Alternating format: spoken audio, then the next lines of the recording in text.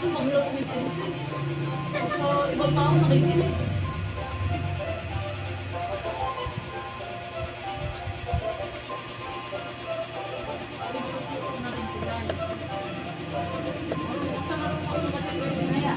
Nalilibang siya. Marunong ko sa kape. Eh?